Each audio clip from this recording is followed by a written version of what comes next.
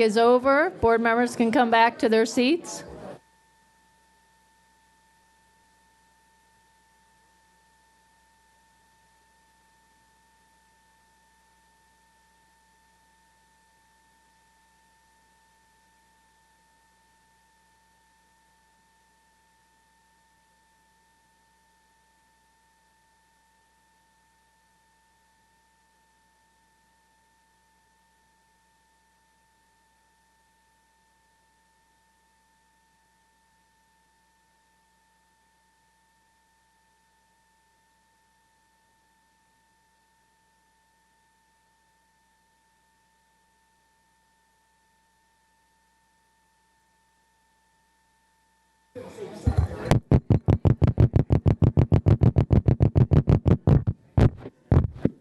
All right, board members, let's gather around the table.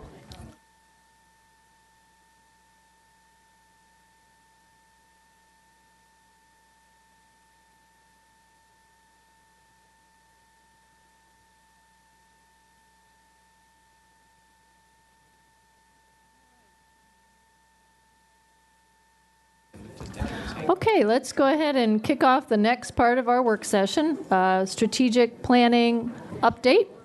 We have some familiar faces. Our old friend Hank Dimitro is back, and Dan Paris, also our old friend, here to talk about...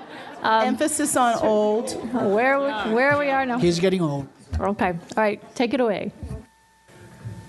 Thanks, Pat. I've always thought that batting third was a good position to be in, but I might have miscalculated the number of pitches the first two batters were going to get before we came up today. So I'm happy to be with you, with Hank, to talk about our strategic planning effort, and I hope you saved a little energy to have a rousing conversation with us.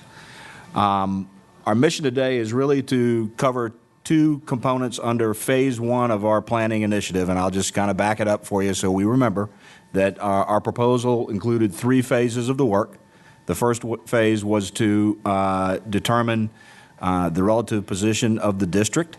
The second phase was to build out the plan. And the third phase was to work with our partners to assist in implementation.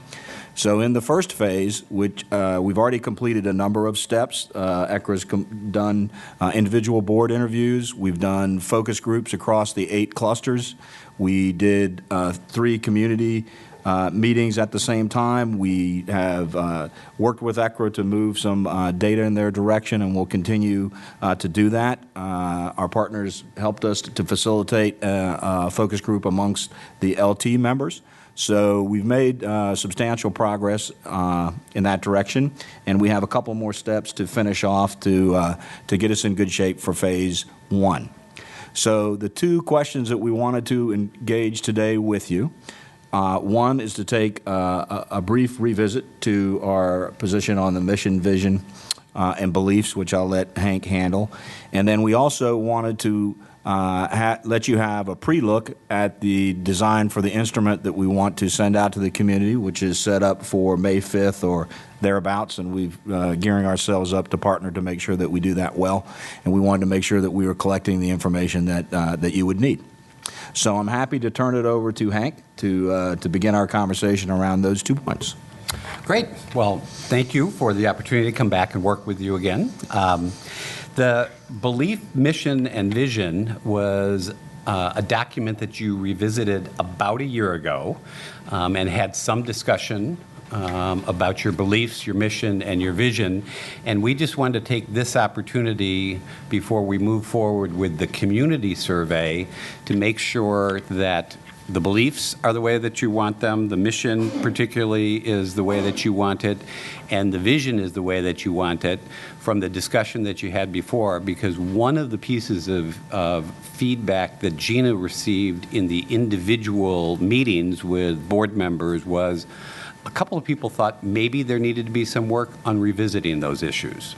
So if you're going to revisit them, either revisiting them to some degree today to say what the questions are or what the issues are that may need to be discussed, or at least acknowledging that they should be revisited as part of the strategic planning process should happen. Because if you want them to remain as they are, we should be communicating that to the community, that these are the beliefs, here's the mission, here's the vision.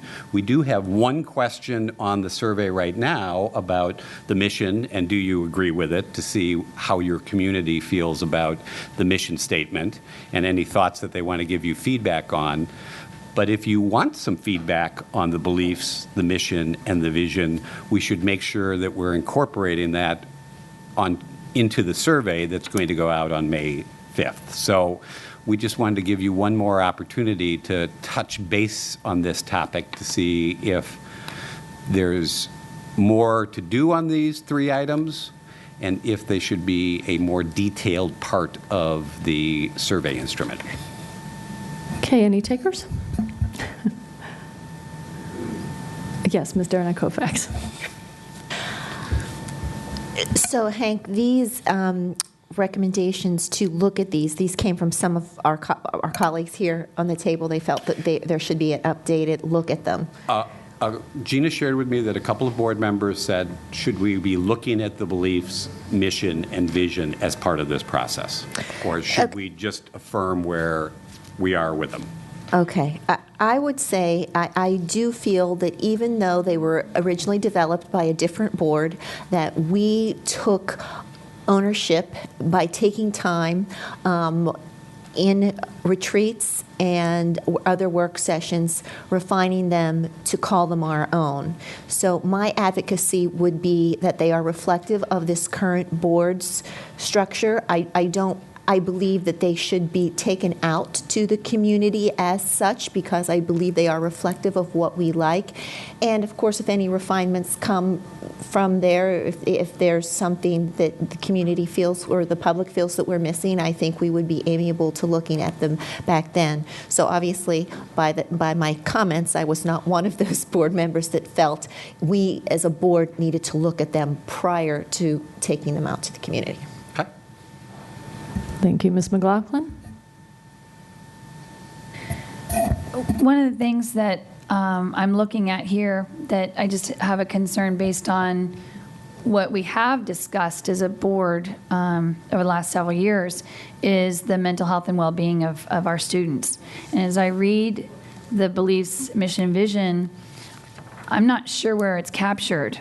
I hear and see things like self-motivation and personal responsibility, but I don't see where we're talking about trying to address resiliency, social emotional skills that we have deemed essential.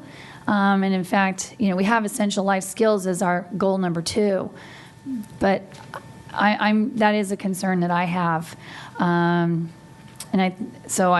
just wondering, given where we're trying to go with Portrait of a Graduate, and given that we are trying to, as leaders, help our public understand that, successful student achievement does encompass the health and well-being of students, then I think it's important. If we're going to go out to the public, it should be reflected there. Otherwise, I think we're remiss. All right, Mrs. Smith? I agree with Tammy. Okay. Yes, Mr. Velkoff? I believe that every 4 years this should be revisited by the board. And we already did that. So I think we don't need to go back through this. I think any of us can have some new thoughts, but let's wait a couple of years until the next election. Okay. Yes, Mrs. Strauss? In response to Mrs. McLaughlin's piece, because it is important that health will be in here, and the third on the beliefs, we say, we thrive in a vibrant, healthful, safe, enriching, and respectful environment. And I guess my reflection is I believe that is there, but maybe not. But that's where I do see that, and whether or not an additional word or something is needed, but I do see, it's my interpretation that that's where it is. Okay, thank you. Anyone else? Yes, Mrs. Schultz? One thing that I think that we've continued to struggle with, and whether it's SAC or advocates and the school advocates, the school liaison officers, pre-K, a lot of different issues we've brought up. we've never captured the idea of wraparound services in a community school. And I feel like everything we talk about maybe tangentially applies to it, but we don't ascribe to or have a goal driven towards community-based schools to meet the various and dynamic, really fluid, changing demography within the county. And, whether it's, to some degree, I agree with Mr. Velikoff, you can't revisit your statements every year, but if you find that you haven't captured something, then I do think you have a duty to not wait 3 years to go back just because you feel you've already been there. Okay, anyone else? My own feeling about it is, I don't think any of us has any stomach for doing this right now. So, like today, to revisit all this, because we know how much time it takes to do that, I think. But I also feel like the fit between these statements and where we're headed with Portrait of a Graduate is not smooth, in my view. I think you really have to do some tweaking to see where it all fits. But I think it probably does well enough, But I would like for the community to have this somewhere on the table when they're talking about our strategic plan. So is that what you're asking us to? Could we just put this out, not for the community or anybody to spend a lot of time on it, but just to get feedback from the community, impressions from the community on these statements? Is that... Right now, there is one question on the mission statement as to how they feel about that, but you could add a question about the belief statements if you wanted to. I don't know if you want to do a response to each one of the belief statements. That might get a little lengthy. You could ask a question about the vision statement, or you could ask if there are a couple of nuanced information. I've been assigned to assist. It could be that if there's a couple of belief statements, such as health and well-being or wraparound services, you could ask a question of, do you want to add a belief statement, or how important do you believe it is to add a belief statement? There also is one other opportunity that you could use to establish the priorities, because on the surveys, there's a list of about 18 themes and issues that emerge from the focus groups, and some of the ideas about wraparound services or health and well-being could be added to that list of suggested topics to say, how important are these? So to not necessarily touch the belief statement right now, but if one of those topics emerges as an important topic from the community as an area of emphasis, it might lead to the addition of a belief statement as part of the process. So you have a couple of places that you could ask those questions on the survey to find out where the community is. In terms of the whole portrait of the graduate and the alignment piece, I think that can be part of the strategic planning process. I don't think we use the language of portrait of the graduate in the survey right now because we weren't sure how widespread the knowledge base would be amongst your stakeholders about portrait of a graduate. And are you asking a question that they really can't answer yet till they go through the strategic planning process and you talk more about that and you share that information. So I think there's some ways, if you have some identified topics that you want to collect community input to see how important it is, so that you have the information to go back and revisit the belief statement. If it does emerge as a really significant issue for your community, it might mean adding a belief statement as part of the redesign of the strategic plan. I think if I could provide some context of somebody that's been on the receiving end of this at a school level, one of the quotes that's worked for me recently is Drucker's quote that says, if you get your basic assumptions wrong, everything you do after that will be wrong. So I think a lot of times in your planning process, you look at this and you say, hey, the setup of it at the mission level or the vision level, let's get into the meat of the matter. What are we going to identify as strategies and priorities? That you do have to pay your due diligence to the top end of this to say, okay, is it going to field the broad level of what I believe education should do? So when I look at the pieces that are emerging in this process, so you can't really just say, is it all captured in the mission? Is it all captured in the beliefs? These things cascade underneath to where when you build out the whole plan, does that provide you with the picture that you're looking for the division and enough direction to go forward? So when our original SAG goals were launched as a principal, I was inspired by them, but I didn't have as much clarity as I probably needed as a practitioner about how to make that a reality within my school. I got better at it, and our schools got better at it over time. When I look at our work with the Portrait of a Graduate, because I believe that one of the key pieces of this work will be a more balanced assessment framework of what you hope to achieve with a kid, I look at that and I go, I can see elements of this in my own kids. This is real to me. I don't think my kids do all of those things. I don't know if it would be possible, but I would hope that they could. I would aspire that they could. So I think this point at the top, the 2 points that I would suggest is make sure that you're squared up, that this piece is enough to hold what you would envision would come after it.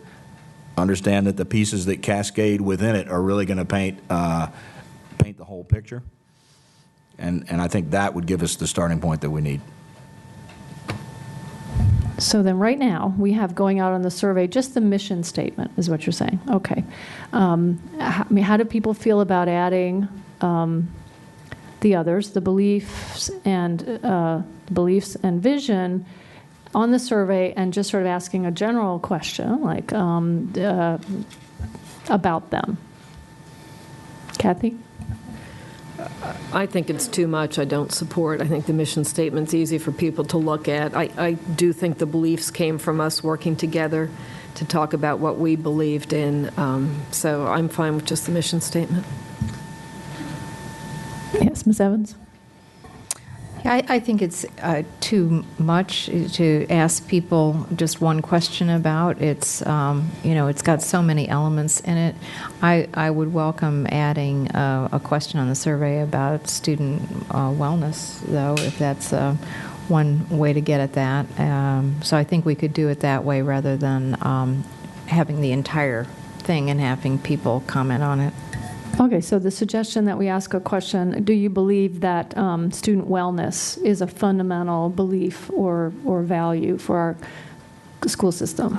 I haven't really thought about the wording, but, something about the important. I mean, I'm looking at the survey now, and it's, some of them are very simple. Just, is this an important element for the school system? And, I think you could have a simple question about it. Yes, Ms. McLaughlin? On the survey, specifically, I just happened to be looking at the parent survey. Question number 10. Question number 10 says the social and emotional needs of Fairfax County students are being addressed. Mm-hmm. So, in that regard, it's there. It doesn't necessarily say, do you think it's important, but it is just asking if we do it. Yes. Well, and Dr. Garza was saying 19, and I agree, it's getting at that, although I think that question is one of the more, it's a little complex. You might take a look at it, whether because most of these questions are actually pretty straightforward and simple, and so that one, to me, looks like it's more complex, balancing this with that and all that. I think you could simplify 19 and get at it. We seem to be evolving into the discussion of the survey, which is good. I do want to have a quick question, though. I identified two themes that people said might be something that should be explored further. One was mental health and well-being of students, and the other one was wraparound services in community-based schools. And so we can think about those issues in a minute. Were there other high-level issues that as you looked at the belief statements, the mission statement, and the vision that you think need to be addressed in some form or fashion? As I took a step back and read this, when I read the mission and I read the words empowering students to meet high academic standards, that one kind of rubbed me the wrong way a little bit, and I thought using a language more like help students achieve their potential. I mean, kind of emphasizing the whole child. I just, when you read these words through different lenses, you start to see high expectations, I don't know, I just feel like maybe we should look at our words carefully and make sure we're not sending a message perhaps that we don't even realize that we're sending to our community about, high expectations maybe that kids can't meet. Like full potential is different. Yeah, achieving your full potential is different than meeting high academic standards. It's just a thought. I mean, I'm happy with the language. We've spent a lot of time on this, but again, looking at it with fresh eyes, that just struck me. Okay. Mrs. Smith, did you want to respond? So are we going to discuss this then? Well, I mean, I think fundamentally we have to ask ourselves, are we willing to go back and wordsmith again what we spent a lot of time wordsmithing? Anybody? I'm not willing to do that. Okay. And I'm not suggesting wordsmithing at this point in time. I am suggesting, though, if there are issues that emerged out of this, I'd kind of like to know what they are. So if there's a way we can collect community perception as part of the survey and give you that information back so that as part of the planning process, when you're refining your plan, you may have more information to be making those decisions of, do you need to include this idea someplace? So I think that's helpful in terms of, I do think there's actually a question on that emerged from the focus groups about children tapping into their potential. But we can come back to that in a minute. Any other thoughts on general topics? Ms. Jonah Kovacs? You had made an earlier statement that you really didn't call to attention the actual name Portrait of a Graduate. I'm assuming that what you did is you took our belief statement and you took the information from Portrait of a Graduate and then developed your questions based upon kind of a meshing of those two. Is that a correct assumption? Or did you not use the Portrait of a Graduate information at all? That's my, I guess. The concepts were there. Correct. But many of the things that emerged on the survey emerged from the focus groups and the feedback from your stakeholders as to the topics that they identified. So if there is something that you want to specifically add regarding a topic that didn't emerge, this is the time that we should make sure we include it on the survey to get you the information that you need. Could I ask Mr. Paris, since you're the person, the staff person, if Dr. Garza, if Mr. Paris would be allowed to, because I don't think at this point in time that we have all of those documents in front of us, would Mr. Paris be able to go through that Portrait of a Graduate to make certain? Because that is one of the things that we have at least in concept agreed to strategically that we want to put out there. So if Mr. Paris, you could go through, or someone on your staff go through the 5-column sheet that we have to ensure that those questions or the concepts that we are hoping to achieve through that discussion of Portrait of a Graduate are questions we're asking. So, yes, we certainly can do that. And just to provide the context to this, so one of the pieces that makes me excited about doing this work and having been around for a while, look at and say, okay, how would I make this process different? And one of the things that I want to make sure happens is that there's a clear through line to schools and to teachers and to the community to make sure that they understand this process moving forward within the best of our ability. So with the Portrait of a Graduate, in setting the stage for this process, I went to the Elementary Principals Association, the Middle School Principals Association, the High School Principals Association, the Business Advisory Council, the Teacher Advisory Council to the Superintendent. We discussed it within our retreat, and I've done this with several cluster groups. So I think within these focus groups, this was a priority that was on their mind of many of the people that were coming into it. There's still work to be done to make sure this is spiraled out, but I know in that conversation that the notion of Portrait of a Graduate and the excitement that generated was in the room. But I will go back to make sure that what Just we to have. ensure, I think, because to me that logically makes sense. You know, you're looking at all of the belief statements, making certain you're asking questions based upon that, and then taking that information that we garnered from Portrait of a Graduate and making sure you're asking those questions. So do you believe that, you know, this bullet point that from the Portrait of the Graduate where we ended up with that, so you understand what I'm saying, and I think that would be helpful to us, because I don't think as a board we have the time right now to Understood. answer Hank's question adequately. Okay. Dr. Garza? Excuse me, yes. I agree that, actually, I think the document's very well done. But I think there are times when you have to revisit it to make sure that it's reflective of our current priorities as a division. And when I reflect back, and I know that we don't want to get into wordsmithing or redesigning tonight or even really digging through the surveys too much. But when I reflect on what I've heard from board members over the last year, not quite a year yet, Hank, but almost, about what I've heard time and time again is really important to this board, and is important to me, quite frankly, and something we really have to work to guard against in a large organization like we are, is that we're responsive and caring, and that we demonstrate that. And that's not Karen's words. In fact, Hank, you know that was one of the priorities that you all gave me as a superintendent. You know, responsive, caring culture. So, I guess more of a question, Hank. You know, is that really reflected in the surveys? You know that. You know, and it's not to suggest that we aren't. I think it's something we always have to guard ourselves against. Is how. You know, is how easy it is for people to interact with our system, and how do they feel when they interact with our system. So, you know, in terms of just a community of care, and if the document should reflect what we think is important as a system, I do think I wouldn't suggest changing anything else. But maybe we do need to have a little bit more specificity and be more overt about we want to be a community of care. We want to be responsive. We want to be caring. Okay. Just a thought. Okay. All right, Ms. McLaughlin? What a perfect segue, because one of the things I made a note on when I was looking through the surveys, you know, I read it as both a parent and a school board member to try and make sure that it'll hopefully make sense to the people who are taking it. And the note I made was, you know, schools are supportive of my child's needs. I like actually Karen's word better, caring. But one of the things I saw in question 41 is school employees are responsive to parents.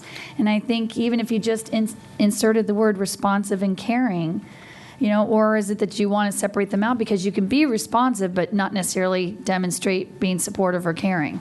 And so, you know, that is something that I specifically noted I didn't think we were capturing, but I think as a system we do want for our system to demonstrate to our families. And Hank, and I was thinking of that even more expansive than that in terms of how do our employees feel. Mm-hmm. So on the employee survey, I don't want to go through the questions or anything. It's just a question for you. Do we ask our employees how are they valued? Do they feel like the system demonstrates care about their well-being?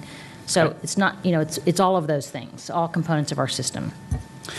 Let me just give you the kind of overview of the survey. So you have 4 different surveys because we're doing 4 different stakeholder groups: students, parents, employees, and community members.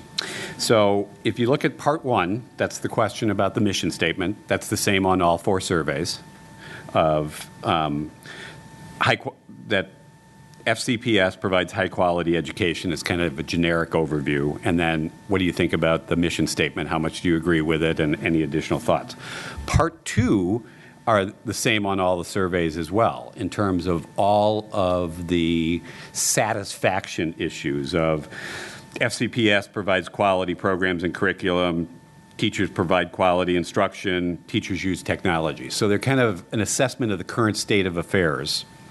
And you could ask a question there, which is not there right now, to say, FCPS is a responsive and caring organization, and let people respond to that of how much do they agree with that. And it would go to employees and parents and students in terms of using that language to get some feedback as to whether people believe that's the current state of affairs. So we're not limited to the number of questions that we want to ask. We can add that to it, if that would be helpful. Then when you get to Section 3, those were the issues that emerged as topics that people identified when they were asked, what's the current issues that you think need to be addressed in the school system? And those 18 or so various topics came up from various groups, and they again are the same on all the surveys. And then Section 4 is specific to that group. So on the parent survey, we're asking, I'm proud of my child's school. So they're answering that question. Employees are answering different questions. Students are answering different questions. And then Section 5 is the demographic information about how you want to disaggregate the information. So just as kind of a 30,000-foot level, some of the information is going to come across so you can see how various groups feel about it and how you disaggregate that information on their current satisfaction level and the current emerging trends. Some of it is specific to that stakeholder group to say how are they feeling about things that are only important to them. So in terms of adding that question about a responsive and caring organization, or FCPS has a responsive and caring culture, if you want to ask it in that kind of framework, we could add that to every one of the surveys and find out how each one of those groups feel about their perception of the current state of affairs. So just before we move on, it sounds like we've kind of moved past the question of the beliefs, vision, mission, and you understand where we're going with that. Mm-hmm. Okay, all right. So more into the survey Ms. now. Owens? Yes, Mr. Moon. I am fine with just having a one question on the mission statement and not going into others. But I support, Dr. Garza's suggestion about maybe adding a question, as you alluded to, all different kinds of, surveys about whether we are being, caring organization, responsible and caring organization. Okay. Thank you. Ms. Derna Kovacs? This is a little question. Are these all going to be online surveys? Yes. On Part 5, I'm looking at the parent one, so it's mark the cluster your children attends. I'm thinking some people will not know that. If we can have a link there to help them identify which cluster they're in, because I do think that will be important information. And that's right. Yeah, they're not going to know. I think a lot of people won't know what cluster they're in. And so we had talked about that internally. Or do you want pyramids instead? Yeah, or put your base high school. Base high school. And I was wondering, the one on community has your legislative district. I pull my neighbors. No, I think people will not know that. I think that, and then, so we need to find different ways to geographically identify them or provide them with links that will help them. And the links, they're not that easy to navigate either. So I'm thinking high school pyramids and... Yeah, that's true. I don't know. What does everybody think about that? How to identify them? Everyone knows who their high school feeder is. Or just a school? We could do the high school pyramid, because that's about 25. And will elementary parents know what their high school pyramid is? Yeah, because they'll know what everybody who buys their house in Fairfax County knows. Everybody buys their house. No, sorry, I meant Well, buy their houses do that, but. I mean, if we have some folks who don't check that, it's not going to kill the survey, right? I mean, it's just... No. The reason that this is on here is to be able to disaggregate the information, so if you want to know how various clusters felt about various topics, you can find that out. I think that's very, very important to me. We thought about identifying your school, so you could narrow it down to the school level, but that's a list of 200 schools that you have to be on the survey that people have to scroll through and pick from the list. We thought that would be kind of tedious. Well, if you do it, separate it out the way it is on the website, elementary, middle, high, you click there, that would be less clicks than going through 200. Because I think to be able to disaggregate it by area, it will be very, very important to see So we need an accurate way to do that. Okay, And I Miss- think the schools would be the best way. That would be my. Okay, Mrs. Smith? I'm going to follow up on that first. I hate to tell you how many people don't know what their magisterial district is, but there's another whole story, right? It's like I asked them, well, who do you vote for the Board of Supervisors, you know? I really have not had a chance to look at these because I hadn't seen they were posted until we sat down here. But one of the questions did concern me. Question number 31 says offering full-day kindergarten to all students. I guess I want to understand why that question's there. I can understand the question offering preschool to all students because maybe that's something we should do. But when I read that question about offering full-day kindergarten, I don't feel like anybody's talking about backing away from it, so I don't see how the question helps. So if you could help me understand Mrs. that Smith, question. which survey is that on all of them? Yes, that's in all of them. Delete it. Okay. Mrs. Strauss? Two things. Is it possible for people to enter their zip code as an identifier? That they will know. Well, but we know what zip codes are in what school. I don't know, because I am concerned, because I know I will have people in cluster 1 schools that will not know any of the dividing places, but they will know their zip code, and that may be it. They'll know what school their child currently attends and their zip code, but that's all. So. Will do zip codes cross cluster lines, I assume? Okay. I guess well, then maybe what school does your child currently attend, and what zip code are you in? If you could ask those two. Because there will be young children, parents are renters, they move around, and they're not going to know any of this other stuff. So anyway, that's one issue. I have a very specific question on question 17, part 3, on which one? Parent. Question 17, it says addressing the diverse needs of the entire school population.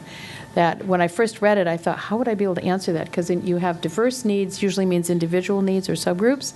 And then it says the entire student population. So is the intent of that, I mean, it hurt my brain to think about how I would do that. Because entire student population, it means like, well, are you helping all the kids on average? Or is it that you are helping my individual child or my individual subgroup to which I think my child belongs? It's the using in diverse and entire in the same line. I think the intent of the question is that the district addresses all of the needs of the entire population, that they're just not addressing needs of certain subpopulations within the division. I'm wondering if I might be addressing the diverse needs of the student population. And it's just using both diverse and entire in the same line. We can take entire out. Feels cumbersome. Thanks. Okay, I have a go back, but why don't we just go in order? Ms. McLaughlin and then Ms. Evans. Sorry. I just wanted clarity because I know you're getting 12 different opinions on, that section 5 about, where it is that people work and or live. And I think anytime you do a survey, the goal is really what is it you hope it's going to tell you? What is it you want to learn from the question? And so I guess I would say in the end, ideally we want to just know from what school they're drawing their experience from, whether it's the parent, the child, the employee, or people who live near that school community. So I would leave it to Dr. Garza and Dr. Dimitro to figure that out. But I would hope at minimum, as Ms. Darnell-Koufax said, if there is a way to make sure they indicate the school, zip code by itself would concern me because we have zip codes. It's so messy. It could feed into several different schools, and then we might lose, I think, the meaningful information that we're trying to figure out, which is depending on which school this information is coming from, it might start to tell us patterns within the schools. Is that the case? That's the intention behind it, about how you disaggregate this information. Do you disaggregate it to the cluster level? Do you disaggregate it to the pyramid level? Do you disaggregate it to the school level? The only issue with the school level is this is a check-the-box kind of survey. So do you put a list of 200 schools, which is going to be multiple pages? People are going to have to scroll through to find their school. So it's just the practical issue of the logistics of doing it by the school level with a district of your Right, so size. the high school pyramid might, at least then you're just checking one of 25. Right, and there could be 25. Right. Now, just real quick with number 14, since people were asking questions about clarity. Question number 14 said, there is transparent communication within FCPS schools. I got stuck on the word within, because I thought, I'm not sure then what is it's asking, because do we want transparent communication coming from FCPS? Because then it's transparent to the community, transparent to parents, students, but within makes it sound like, I don't know if you're transparent with each other. Okay. So you would see it better if it said from FC. Yeah. Okay. Thank you. Ms. Evans? Well, first of all, I would support Dr. Garza's question on being responsive and caring. I think that's a good addition, so I support that. Now that we're here on 19, I think we could simplify that one by simply starting it with the word promoting, and cut out the first part and just say promoting students' physical, social, and emotional wellness. I think that's a lot. My advocacy would be that that's just a simpler, more straightforward question. Wait. On 19, yeah, rather than having it be about balancing one thing against another, because everything else is just, do we do this well? So that. But I think we can just ask a straightforward question about physical, social, and emotional wellness. And would you like it to be promoting or supporting? I think either one. Promoting, yeah. I think promoting makes sense. Promoting makes more sense? I think. What do people feel? Promoting? Yeah, okay. All right. Mr. Stork is next. Part of our conversation on the strategic planning, when we last met with the Board of Supervisors, we talked about their engagement, and I appreciate George Becerra's bringing that up, is how we intend to fit that in the process, and whether or not we would have a survey of some sort that we would ask them to engage with us on. That would be more of a different kind of engagement. Yeah, we don't have on our agenda for today talking about engagement with other groups, and that includes the Board of Supervisors, and that is a priority of ours. But Dr. Garza, you had something to say about that? Yes, we had a number of days that we had with Hank's group that we had kind of tied up just in case. We talked at Chairman's about that this week. We are looking at June 14th? June 14th. 14th, which is a Saturday. But I was going to suggest to Hank, we're meeting after this, to see whether or not the chairman would send out an invitation to the Board of Supervisors to join us for breakfast, and then have a session with them, then have a break, and then continue with you all. That's what I was going to propose. I believe that was what you had suggested, Mr. Moon. So that is correct. We were going to see if you all thought you could make that work, and might as well get your feedback if you think that's a good idea. Could we, I think that is important for us to talk about today. Could we put that as our last agenda item and finish up with the survey and then come back to that? Because I do think it's important. Thank you. Who else did I have? Ms. McLaughlin? I'm wrestling with Ms. Evans' suggestion on number 19. Just thinking about, again, our communities dialogue, especially recently. What I liked about the question is it's saying, we want the respondents to talk about what is important to them. And the question is it important to balance the division's academic focus with the development of students' physical, social, and emotional wellness? The key word in that question is balance, because I think what we hear from our families is we love that this is a school system that emphasizes academic achievement, but we also are becoming more and more mindful that we want a school system that is sensitive to and creates an environment that has a balance of those things. So that would be my only hesitation of Ms. Evans' suggestion is I think it draws away from what we're really hoping to find out. Do people want that balance there? And then I think that would really help guide us to making sure, yep, they want to see both things honored. So that's just another perspective on that question. So here's the risk of changing words in this. I mean, we could do that, but I think we'll be here for a long time, because what happens is you suggest a change that sounds great, and then Megan says, no, actually, I think this is why the original was great. And so do we want to go down this road at all, or do we want to say that, you know, that ECRA has tried to reflect the conversations they've already had with the community in the language here, and that we live with it unless it's a conceptual, you know, that it's a big picture kind of a conceptual question. Well, you may want to ask both of those questions, actually, because one of the things that, and as you raise this issue, one of the things that emerged from the focus groups, particularly with students, was the balance between academic pressure and their sense of stress. So maybe one of the ways to ask this is to leave the balancing question, but to add a question about, we ask about addressing the diverse needs of the student population, you know, various kinds of things, addressing the mental health and well-being needs of students.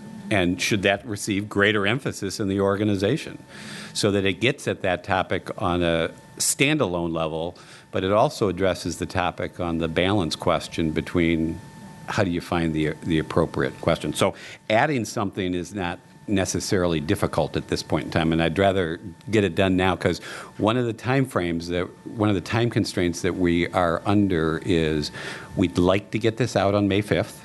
And that's the target date, so that we can have the results back and the information for you for the conversation on June 14th. And so the time frame of getting this finalized, the words correct, and then translated into the various language that it's going to be disseminated in to have it ready on May 5th is... yeah, that's... I would support that. Good solution. Thank you. Okay. All right. Mrs. Schultz? So are we going by section? Are we staying in the section, or can I think we're kind of I'm all going over. to I'm going to change lanes and go to section 4.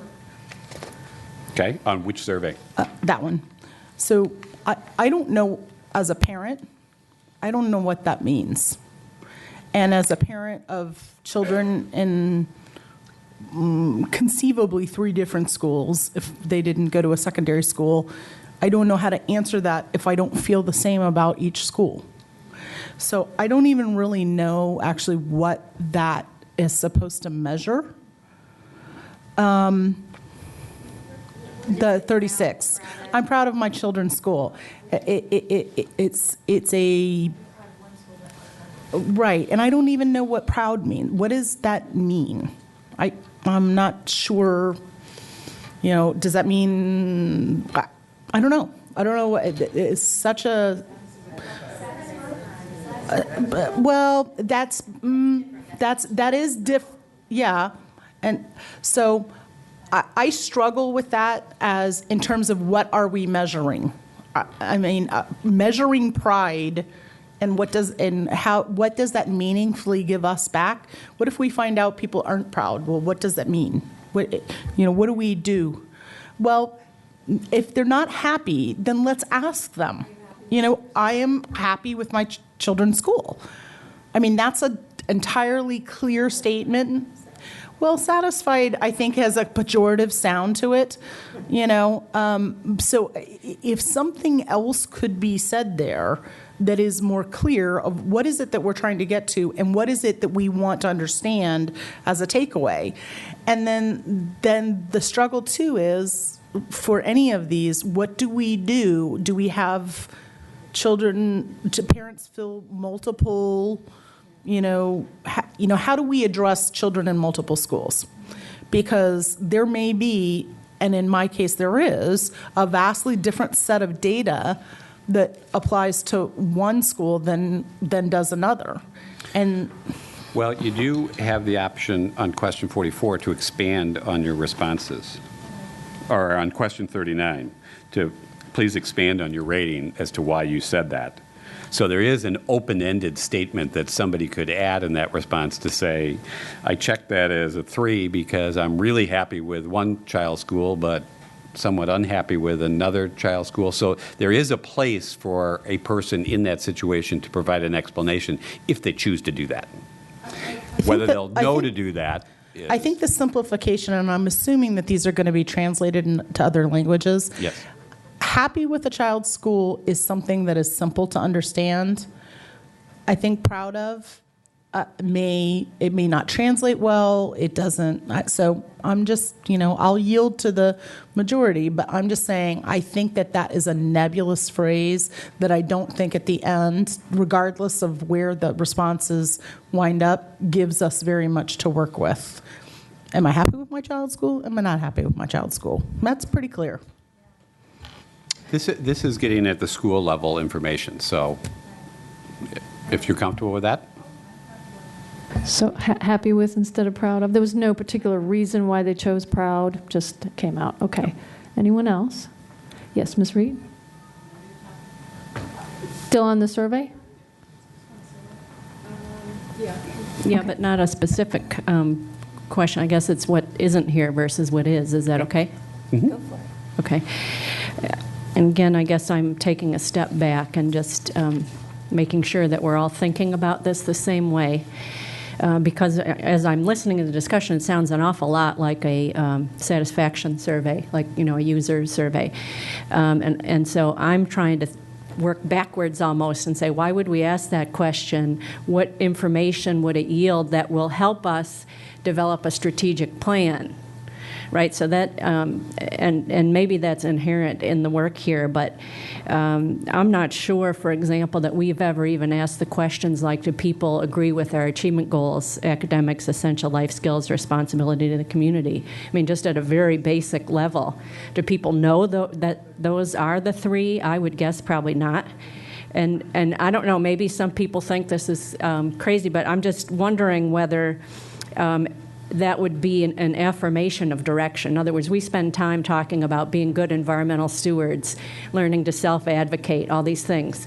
1, do people know that we're doing that? And 2, do they agree on that as a direction? And I don't know if this is appropriate, but there are many examples, I think, like that, and I won't go on too much about that, but it just makes me wonder a little bit whether there are other questions that we should be asking, perhaps, that would help us chart a course to either affirm that we're on the right path or get input in terms of narrowing, particularly with the budget situation, narrowing our focus and our direction and path. So I don't know, does anybody have a reaction? Or Hank, do you have a reaction to that, or Dan? I think you could ask the general goal and put those on in terms of back to the mission statement if you wanted to ask those 3 academic goals of how strongly you agree with them. I think if you get to the level of detail of, if you take your first academic goal, it's almost a page long. So to put that whole goal on it and to ask somebody to agree with it, there's so much information in it, I don't know how somebody would react. But if you take the 3 basic goal statements, those could be part of the beginning part of the document to say, how strongly do people agree with that being an important academic goal? And it would help you provide, it would give you some feedback in terms of the strategic direction. Ilyang, did you have something you wanted to say in response? I'm not okay. Okay. Mrs. Smith? What do you think of this suggestion? I did want to respond. So, yeah, it feels like a gazillion years ago, but for those of you that weren't around, we took out all the student achievement goals to the community with 30-some meetings, and one of the things we also did in that process, we gave them points. How many points would you give the academics, the essential life skills and responsibility to the community? Where would you put your resources to support those? So it wasn't a total vacuum that, okay, we did these and the community didn't provide feedback, and then the board did adjust them based to that. I guess my thinking was when we were going down this process with the strategic plan that we weren't going to so much focus on what the student achievement goals were, but that we were going to focus more on what the portrait of a graduate was. So I guess for me, I don't know how much I'd want to go down the road of asking them questions about the student achievement goals, because I thought we were going to build more on the portrait of a graduate. All right, anything else about the survey? Questions, suggestions? I had a couple of questions. One of the things that we have heard about our students is that their relationships with their teachers is a challenge that came out of the PISA test that we did. And I don't see anything on part 4 for the students where it sort of says, you know, my relationships with my teachers, I have good relationships with my teachers or something like that. There's 39 says I have positive relationships with my classmates. Maybe we could add one that says I have positive relationships with teachers. Okay. And then also, kind of along the same lines, I don't, in part 4 for the employees, I also, and maybe we've already gotten to this, but I don't see anything that gets to working conditions. And I don't know really necessarily how to put it in there, but if you look at part 4 for the employees, I don't see any, I just don't see anything in there unless I'm missing it, that says, you know, my school is a good place to work. I have positive relationships with my colleagues. I think it's a very good question, but it's my understanding in this, right, Dan, that lots of other data has been provided to ECRA, including the working conditions results, or if they haven't gotten that yet, they will get it when you all get it. So we've provided you some background. Is that right, Dan? You want to address that? Right. So we took some effort within the organization to look at other surveys that we've collected to make sure we weren't being overly redundant in this one. So that information will be available in this process. Makes sense. Thank you. Okay. Anything else on the survey? Do you need any more guidance from us on the survey, do you think? Yeah. Oh, Dan? I just had one. And this is in part 4, and I think it's in each of the sections in some degree. This is on the parent one. So the framework that says at 36, I'm proud of my child's school. If I say, yep, I strongly agree with that. My child's school is preparing my children to be successful in life. Yep, I strongly agree with that. My children feel overwhelmed by what is expected of them at school. Yep. So there's a change of format in your survey. Was there a strategic design? I mean, the other ones are framed in a positive, and then you get to that one, and it's framed in a negative. I don't know. I'll have to ask Gina that question. If there is a strategic reason for it, I would say go for it. If there's not, then I would say that that's confusing. Okay. Okay. The only other question I have is we talked about the pyramids for the employees, students, and parents. What would you like to use for the community members to disaggregate the information, or do you not need to disaggregate the information for community members? Because we put down magisterial district, but if you're saying they won't know that. Ted, Mr. Belkoff? Well, I think maybe the best you can do is nearest elementary school. People would probably know that. Nobody, you can't count on people knowing their supervisor district or pyramid or anything. And I'm assuming that in terms of the identification of the school, that it's just going to be a drop down, right? So you have a drop down for high school, you have a drop down for middle school, and you have a drop down for 150 elementary schools. But people can cope with that. You're suggesting nearest elementary school. Did anybody else have a comment? Ms. McLaughlin? I think that community members who will take the time to fill this out, there's a greater likelihood that they're going to know at least the magisterial district that they live in. So I would propose that would probably work well.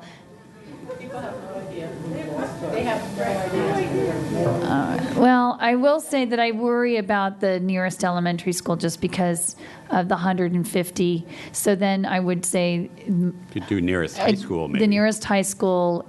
Most people know a high school that they live near. Are we gathering any other demographic data from the just community survey? We're not, right? No. Age or anything like that? No. Okay. Well, there is an age. Oh, sorry. There's an age range that people are putting down. Years in the community. And years in the community. And then race and if they do have children attending or did have children attending. All right, thank you. Mr. Moon? I have one naive question to ask to an expert. When people see in a survey like this with a 50-some questions, the number of questions are not going to discourage them? It may. That's one worry on my part, whether we're not asking too many questions. But again, you the experts, I'm going to leave it up to you. It was trying to seek a balance between hitting the topics that emerged and getting enough information from people to help move the agenda forward. So Sometimes to overcome that, I've used in other places, or I've seen in surveys I've been asked to complete, is if you tell them up front how long it's Estimated time. the approximate time it will take to complete. Because while it may look like a lot of questions, it may only take them 5 to 10 minutes to get it to complete it. So if you all could give them estimated time, I think that would help mitigate that.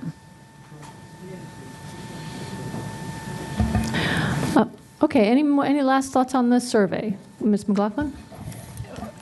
Based on what Chairman Moon said about the Community Strategic Planning Survey, I know that when we've, I think it was DECO had done like a satisfaction survey, and some of the responses that we were getting back from people were, I have no idea, to a lot of the questions. So I guess it does make sense that the other 3 stakeholder groups, parents, students, and employees, could answer this type of specificity.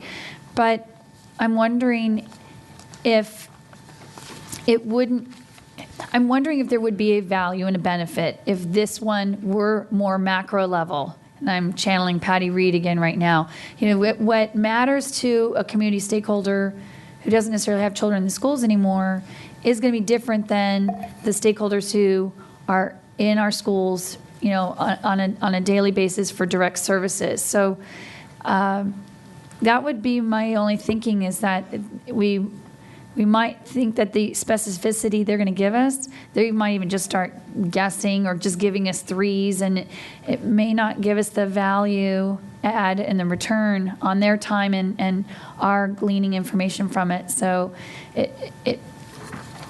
I know you don't want more work, but I do think that might have a value there to think about this one looking different from the other 3. To simplify the community survey. Simplify the community survey and really, think about, based on the community feedback you got, what were the things that they really wanted to speak to in terms of living in Fairfax County and the strategic focus they'd like to see in their public school system. Okay. All right. So I think we have to get back to the question of meeting with the Board of Supervisors for breakfast, right? So what is that, June 14th? Is that the day? Okay. Ms. Dernick, I have a question. Do we have next steps? Because I know I directed Mr. Paris to do that. Right. Do we have next steps? Okay. Can we see this? Your next steps or the next steps in this process? So the next steps in this process, the survey goes out May 5th. Correct. We have a date on hold for June 14th to come back, or we have sometime dates on either side of that if we decide to do something different than having breakfast with the Board of Supervisors and our retreat on the Saturday. But we have a hold on that. And then, and during that time period, our partners will come back, as Hank suggested, share some preliminary findings. It won't be the whole finding package, but it'll be the general themes and hopefully some information from the survey. And then in July, we have a 2-day retreat, which a chunk of that will be targeted at establishing our priorities, and that would be facilitated as well by our partners. I think one other next step Ms. Dernick was talking about is making sure, in fact, Dan, that we go through and make sure that it's reflected, key elements of the portrait of a graduate are reflected. Yes. Is that correct? Yep. Okay, got it. Okay, will do. On next steps? Well, Pam wants to. Yeah, let's Okay. take a look Sure, at let's do next that. steps, I think. Is that, or could we get through maybe the question about the 14th and then come back to next steps? Sure. Because there might be next steps on that. So are we talking about the 14th? Go ahead, Ms. McLaughlin. Yeah, it would be helpful for me personally to know a little bit more about the time frame because my son's graduating and we're actually having a graduation party that afternoon with 2 other families for 3 graduates. So not really excited about an important meeting like this happening on that day, but ideally the earlier the better because I hate to miss being a part of this. And I'm sorry, so do we have an answer to that question? Is it expected to be in the morning so that afternoon activities could go on? I don't know how long it was going to take. We were going to actually start working on what kind of time frame, but it would be at least the full morning. So if that's it's not till the afternoon, but I mean, I can go and find out tonight. Are we talking about something that's at 4 o'clock, or is it, which I would envision more, and then we would be okay. Oh, I thought on the 14th we were talking about having the Board of Supervisors in for breakfast, and then continuing for the morning. Okay, all right. So we're not, because right now the calendar says all day. So all day with our work tends to be till 5 o'clock. So that's why I raised it. Okay, so if we can get a little more clarity. Yes, and with this in mind, we can purposefully plan to be done earlier. And I apologize, it's on a date where there are graduation events going on, but we can just make certain that we're completed early enough. Okay, Mrs. Schultz on the 14th? Yeah, and I had already brought this up as well because we had a hold on our calendar, I believe that week, maybe Thursday or so. So we already had, an evening blocked on our schedule, and that's been given up. So, there was a request. There was an inquiry and request from actually Mrs. Schultz that not only did she have something else scheduled on the afternoon of 14th, just like you, I think it was a little. Well, I don't know when it is because that's right. But that's on the my nephew's why Eagle not Scout. using the June 12th? But in the chairman's meeting, we'll look at the schedule, and there is a graduation on that day in the evening. And I figured that at least a Lee District board member, maybe possibly Springfield District, and 3 at-large board members might want to attend Key Center graduation. That is why I avoided graduation. So never a good time. Right, Key Center graduation. So if a board member say that, I would rather do this on Thursday night rather than going to graduation. I'd rather do this on Thursday night because, I acknowledge that board members have students who are graduating, and my nephew's and Eagle Scout project. I do not know Hank's schedule. Dr. Dimitri's schedule for Thursday night on that day. We can probably make anything work. I think we were working around the Board of Supervisors. Then we cannot do a breakfast with the Board of Supervisors. On what's the cocktails? Oh boy, you make it a I didn't know that. Well, I mean, so a couple things. I think maybe we need to let you guys go back and find the date, but we do need to talk about how we're engaging the Board of Supervisors. If we're not going to do a breakfast meeting with them on that Saturday, then we need to find another opportunity. And I assume it would just be a meeting with both boards. We'd get a presentation by ECRA, and then discussion, probably lasts an hour and a half or something like that. So I don't know where or when, but I think we need to get that scheduled as well. That's my thought. You talking about the night of the 12th? Yeah, you could do 6 to 8 with the Board of Supervisors, and then 8 to 10 with whatever we're doing. I'm just throwing out ideas. Let's see which day the board members prefer. Okay, whether June 12th or June 14th. Thursday night or Saturday morning. Okay, Mr. Velkoff?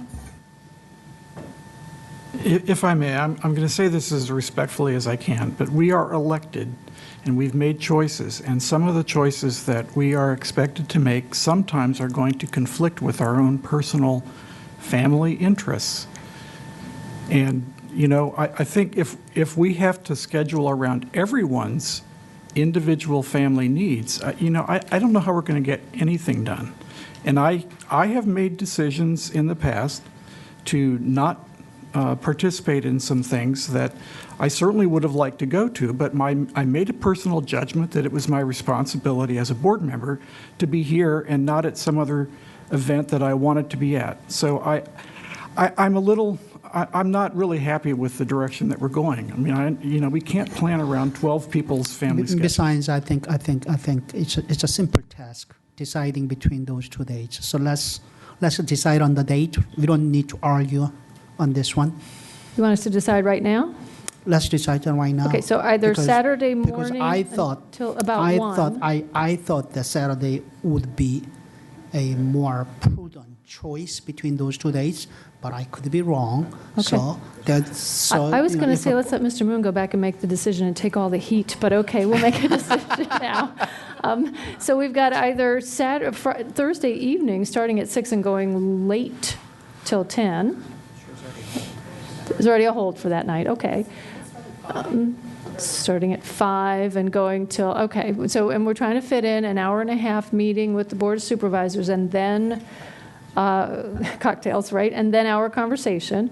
Or Saturday morning, starting about whatever, 8:30 and going till 1. I mean, if afternoon things can happen, if we go till 1. So those are our options. Saturday, 8:30 to 1, or Thursday evening, 5 till 10, probably. Discussion? Let's just have a vote. Let's just vote.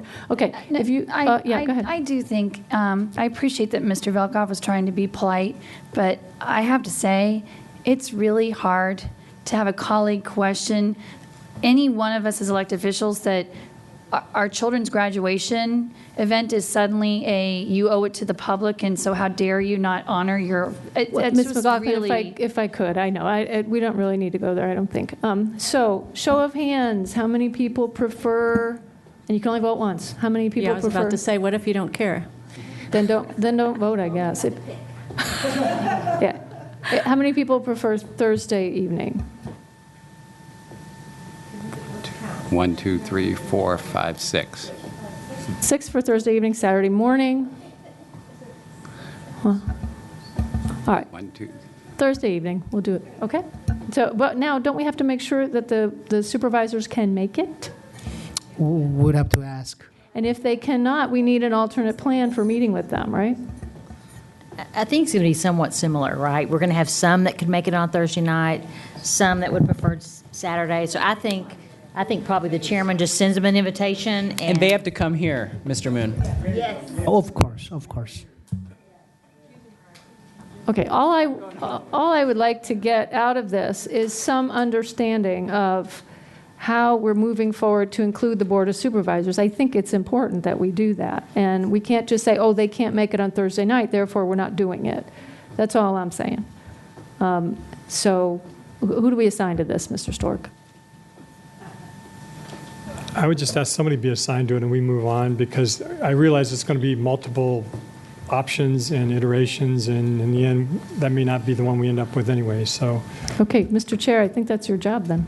It is. What is my job? We pay him big money for that job. I mean, so I picked Saturday morning, considering. Right, but okay, we have Thursday. We've chosen Thursday. Thursday's on the schedule. If the supervisors can't meet us, you need to find another time when they can meet with us. Okay, I think that's the suggestion, because we're not going to do it right now. Ms. Evans? Yes, and I just wanted to find out if this next time on June 12th is going to be when we're next going to review the portrait of the graduate again. Are we going to, because we had talked about how we are going to go back over that and at some point, as part of this process, finalize that.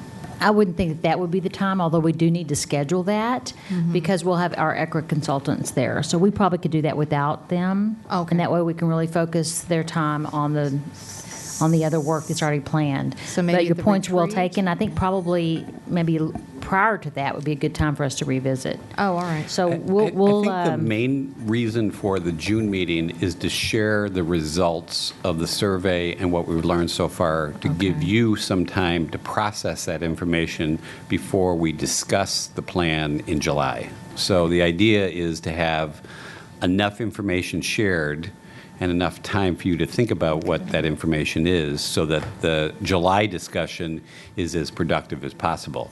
And the portrait of the graduate discussion would fit really well, I think, into the July discussion, actually, in terms of the strategic plan. So, but Dr. Garza, you were saying that's you thought fine. we needed you all think that you can build that in and have sufficient time, that's great. I think so. Okay. Okay, next steps. Thank you, Mrs. Goddard, for being ahead of us here. Review portrait of a graduate 5-column sheet, and that is, right, Dan's job. Add statement about caring and responsive. Modify question 45 to state identify your high school pyramid. Delete question 31, full-day kindergarten. Modify question 17 to delete the word entire. Modify question 14 with and to from. Add survey about mental health and well-being. Modify question 36, proud to happy. Add question in part 4 to address relationship with teachers. Modify question 38 in part 4, parent survey, to a positive statement. Okay. Add a question in part 4 to indicate nearest high school. Chairman to invite the Board of Supervisors Thursday, June 12th to meet with the board. ECRO may present information at the July retreat. What kind of information? What was that last thing? I think we'll have some initial draft to start discussing the strategic plan. Strategic plan draft? I don't know that you need to include that. I think ECRA, they know what, that's their, I think, their work to. So take that off. Ms. Right. Derenak Kofax? Modify question 45 to identify your high school pyramid. I thought we were going to do identify school. Or did we not really come to terms with that? Maybe we should go ahead and vote. I mean, I think it was for the parent one because we felt that some elementary school parents may not know which their high school. Right, but I think the issue is that we've got, a page and a half of schools. Why is it a page and a half? I mean, everybody, It's when not. you have to scroll through, you have to scroll through 50 states to get your state. I mean, people are used to that kind of. But if you say, middle, elementary, I don't know, Ted, can you we have a Can you do it? drop-down menu or Yeah, not? that's what I'm saying. You can I'll do it. explore It's- what the possibilities are. Thank you. It's not a hard programming thing. Well, if we can have a drop-down school. menu, you're suggesting that we do that, right? Okay, we'll see if we can. Yes, I am. Okay. All right, anything else?